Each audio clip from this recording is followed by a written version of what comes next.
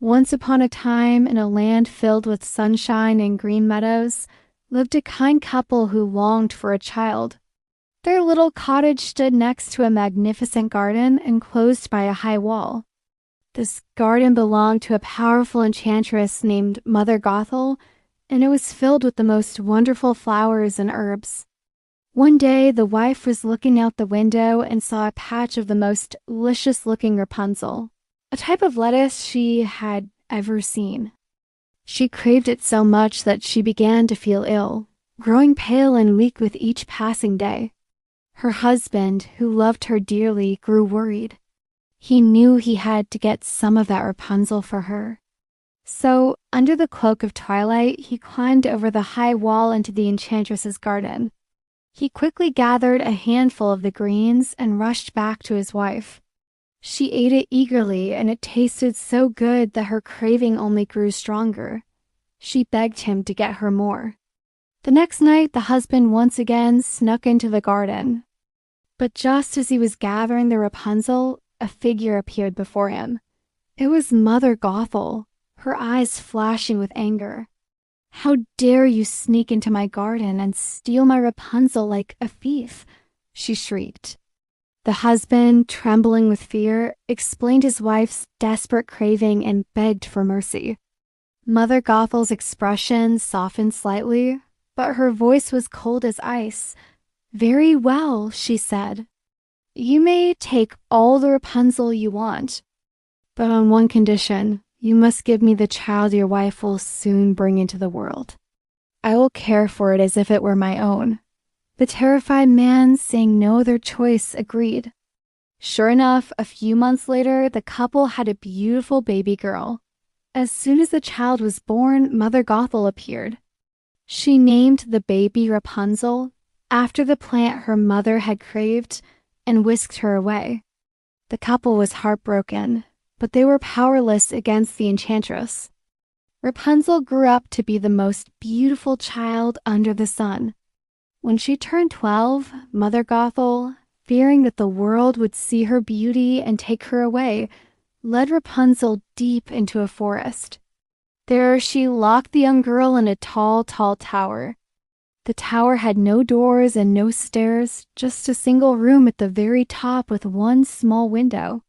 When Mother Gothel wanted to visit, she would stand at the bottom and call out in her sing-song voice, "Rapunzel, Rapunzel, let down your hair so that I may climb the golden stair." Rapunzel had magnificent long hair, as fine as spun gold. When she heard Mother Gothel's call, she would unpin her braided tresses, wrap them around a hook by the window, and let them fall all the way down to the ground. Her hair was so long and strong that the enchantress could climb up it like a rope. For years, this was Rapunzel's life. She spent her days alone in the tower, singing to the birds with a voice so enchanting it could charm any creature who heard it. She knew nothing of the world outside her lonely stone room. One day, a handsome prince was riding through the forest when he heard a beautiful melody floating on the wind. He was so captivated by the sound that he followed it until he reached the mysterious tower. He rode around it again and again, but could find no door or entrance. He was puzzled, but the memory of the beautiful singing voice stayed with him. Every day he returned to the forest, hoping to hear it again. On one of his visits, as he stood hidden behind a tree, he saw Mother Gothel approach the tower. He watched in amazement as she called out, "Rapunzel, Rapunzel, let down your hair," and saw the long golden braid tumble down from the window. He watched as the enchantress climbed up and then, a while later, climbed back down. Now he knew the secret of the tower. The very next day at dusk, the prince went to the tower himself. He stood at the bottom and, trying to imitate Mother Gothel's voice, he called out, "Rapunzel, Rapunzel, let down your hair." Immediately, the golden braid fell down, and the prince began to climb. When he reached the top and stepped into the room, Rapunzel was startled. She had never seen a man before, and she was frightened. But the prince spoke to her gently, his voice full of kindness. He told her how her singing had captured his heart, and how he couldn't rest until he had seen the person with such a beautiful voice. As he spoke, Rapunzel's fear melted away. She saw that he was young and handsome, and she felt a warmth in her heart she had never known. When he asked her if she would take him for her husband, she looked at his kind eyes and said yes. She thought to herself, "He will love me more than old Mother Gothel does." They made a plan. The prince would visit her every evening, as the enchantress only came during the day. And each time he came, he would bring a skein of silk. Rapunzel would weave the silk into a ladder, and when it was long enough, they would use it to escape the tower together and ride away to his kingdom. For a while, their plan went perfectly. The prince visited every night, and the silk ladder grew longer and longer. Mother Gothel suspected nothing. But one day, without thinking, Rapunzel said to her, "Mother Gothel, you're so much heavier to pull up than the young prince. He is with me in a moment." "Oh, you wicked child!" screamed the enchantress, her face contorted with rage. "I thought I had separated you from all the world, and yet you have deceived me." In her fury, she grabbed a pair of scissors. Snip, snap. She cut off Rapunzel's beautiful golden braids, and they fell to the floor.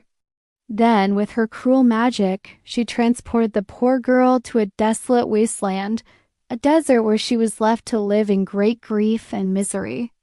That same evening, Mother Gothel took the severed braids and fastened them to the window hook. When the prince arrived and called out, "Rapunzel, Rapunzel, let down your hair," she let the golden locks down. The prince climbed up, full of excitement to see his beloved. But instead of Rapunzel, he was met by the vengeful glare of Mother Gothel.